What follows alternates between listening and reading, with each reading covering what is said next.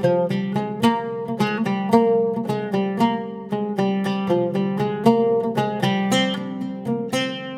இன்னைக்கு கருப்பு கொண்டக்கடலை வச்சு ஒரு டேஸ்டியான கிரேவி எப்படி பண்ணுறதுன்னு தான் பார்க்க போகிறோம். இது ஒரு டேஸ்டியான சைடிஷாக இருக்கும். முக்கியமாக சப்பாத்தி பூரி கூடலாம் பக்காவாக இருக்கும். ஈவன் நீங்கள் ரைஸ் கூட வச்சு சாப்பிடலாம், தோசை கூடவும் வச்சு சாப்பிடலாம். ஹாய் ஃப்ரெண்ட்ஸ், வணக்கம். என் பேர் Abhi. Welcome to Indian recipes Tamil. வீடியோக்குள்ள போகிறதுக்கு முன்னாடி நம்ம சேனல் இந்தியன் ரெசிபீஸ் தமிழை சப்ஸ்கிரைப் பண்ணிக்கோங்க. கூடவே இருக்க பெல் சிம்பிளையும் கிளிக் பண்ணிக்கோங்க.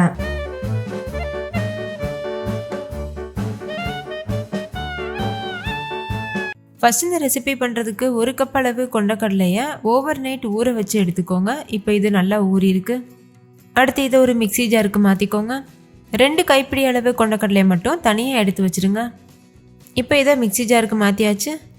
ஏற்கனவே நான் சொன்னது போல் நான் கொஞ்சம் கடலையை மட்டும் வெளியில் எடுத்து தனியாக வச்சுருக்கேன்.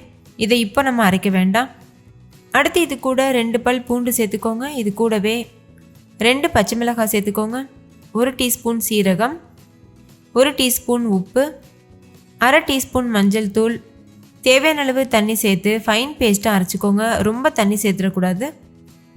இப்போ பாருங்கள், இந்த அளவுக்கு நம்ம அரைச்சிட்டு வந்தாச்சு. இதோட கன்சிஸ்டன்சி இந்த மாதிரி தான் இருக்குது. இப்போ ஒரு பிளேட்டில் எண்ணெய் இல்லைனா நெய் அப்ளை பண்ணிக்கோங்க. இதில் நம்ம அரைச்சி வச்சுருக்க கடலை விழுதை சேர்த்துருங்க. சேர்த்துட்டு இந்த மாதிரி நல்லா லெவல் பண்ணிக்கோங்க.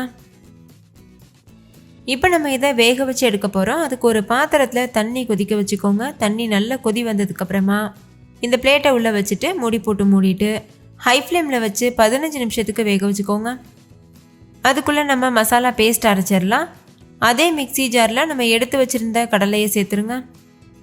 சேர்த்துட்டு இது கூடவே ஒரு பெரிய சைஸ் வெங்காயத்தை கட் பண்ணிவிட்டு சேர்த்துக்கோங்க.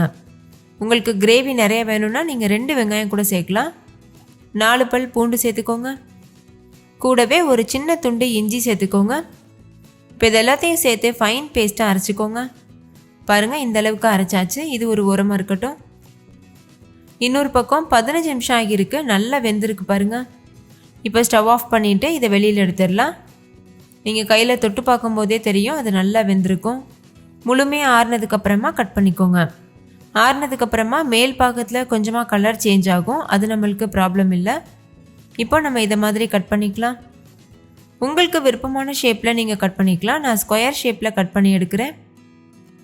கட் பண்ணதுக்கப்புறமா கத்தி வச்சு இது போல் எடுத்தோன்னா ஈஸியாக வந்துடும்.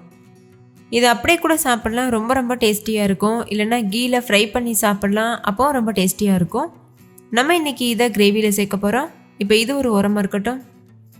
இப்போ ஒரு கடாயில் 1 டேபிள் ஸ்பூன் நெய் சேர்த்துக்கோங்க. கூடவே 1 டேபிள் ஸ்பூன் எண்ணெய் சேர்த்துக்கோங்க. எண்ணெய் நல்லா சூடானதுக்கப்புறமா இது கூட 2 துண்டு பட்டை சேர்த்துக்கோங்க. 1 பிரிஞ்சி இலை, கூடவே 2 ஏலக்காய் சேர்த்துக்கோங்க.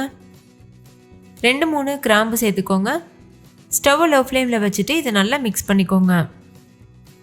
இப்போ இது கூட நம்ம ஏற்கனவே அரைச்ச மசாலா விழுது இருக்குல்ல, அதை சேர்த்துருங்க.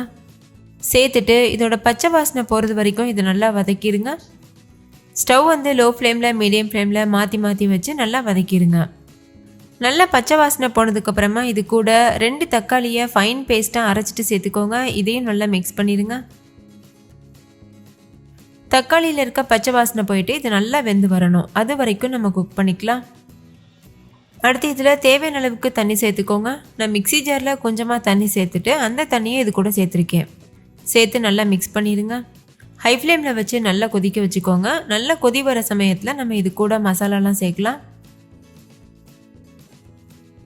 1/2 டீஸ்பூன் மிளகாத்தூள் சேர்த்துக்கோங்க. இது நார்மல் மிளகாத்தூள் தான். அடுத்து இது கூட 1 டீஸ்பூன் மல்லித்தூள் சேர்த்துக்கோங்க. 1/4 டீஸ்பூன் மஞ்சள் தூள், 1 டீஸ்பூன் கரம் மசாலா, தேவையான அளவுக்கு உப்பு இதெல்லாம் சேர்த்துட்டு நல்லா இதை கலந்துக்கோங்க. ஹோம்மேட் மசாலாஸ் ரெசிபி நம்ம சேனலில் இருக்குது. அதோட லிங்க் டிஸ்கிரிப்ஷனில் இருக்குது. வேணால் செக் பண்ணி பாருங்கள், உங்களுக்கு யூஸ்ஃபுல்லாக இருக்கும். இப்போ இதை நல்லா கலந்ததுக்கப்புறமா இது கூட கலருக்காக காஷ்மீரி மிளகாத்தூள் சேர்த்துக்கோங்க. நான் 1 டீஸ்பூன் சேர்த்துருக்கேன். இது கலர் கொடுக்கும், காரம் கம்மியாக இருக்கும். அதுக்காக உங்களுக்கு விருப்பம் இல்லைன்னா நீங்கள் ஸ்கிப் பண்ணிடலாம். இப்போ மூடி போட்டு மூடிட்டு லோ ஃப்ளேமில் வச்சு எண்ணெய் பிரிஞ்சு வர வரைக்கும் வெயிட் பண்ணுங்கள். இப்போ பாருங்கள், நல்லா எண்ணெய் பிரிஞ்சு வர ஆரம்பிச்சிருக்கு. இந்த ஸ்டேஜில் நம்ம ஏற்கனவே வேக வச்சு வச்சுருக்கோம்ல, அந்த கடலையுடைய க்யூப்ஸை சேர்த்துடலாம். சேர்த்துட்டு நல்லா மிக்ஸ் பண்ணிவிட்டு மறுபடிக்கும் மூடி போட்டு மூடிட்டு வேக வச்சுக்கலாம். நீங்கள் கிரேவியோட கன்சிஸ்டன்சியை அட்ஜஸ்ட் பண்ணிவிட்டு இந்த ஸ்டேஜில் நீங்கள் வேணும்னா கூட கொஞ்சமாக தண்ணி சேர்த்துக்கலாம். ஓகே, இப்போ எல்லாத்தையுமே சேர்த்தாச்சு. இப்போ இதை நல்லா இது போல் மிக்ஸ் பண்ணிடுங்க. மிக்ஸ் பண்ணிவிட்டு மூடிட்டு லோ ஃப்ளேம்லேயே ஒரு 5 நிமிஷத்துக்கு வேக வச்சுக்கோங்க. அப்போ தான் இந்த கிரேவியோட ஃப்ளேவர் எல்லாமே அந்த க்யூப்ஸில் இறங்கும். உங்களுக்கு இது போல் க்யூப்ஸ் போல் செஞ்சு சேர்க்குறதுக்கு விருப்பம் இல்லைன்னா நல்லா வேக வச்ச கொண்டக்கடலையை இந்த ஸ்டேஜில் நீங்கள் சேர்த்துக்கலாம். சேர்த்துட்டு மூடிட்டு வேக வச்சுக்கலாம். இப்போ பாருங்கள் 5 நிமிஷம் ஆகியிருக்கு. எண்ணெயெல்லாம் நல்லா பிரிஞ்சு வந்திருக்கு.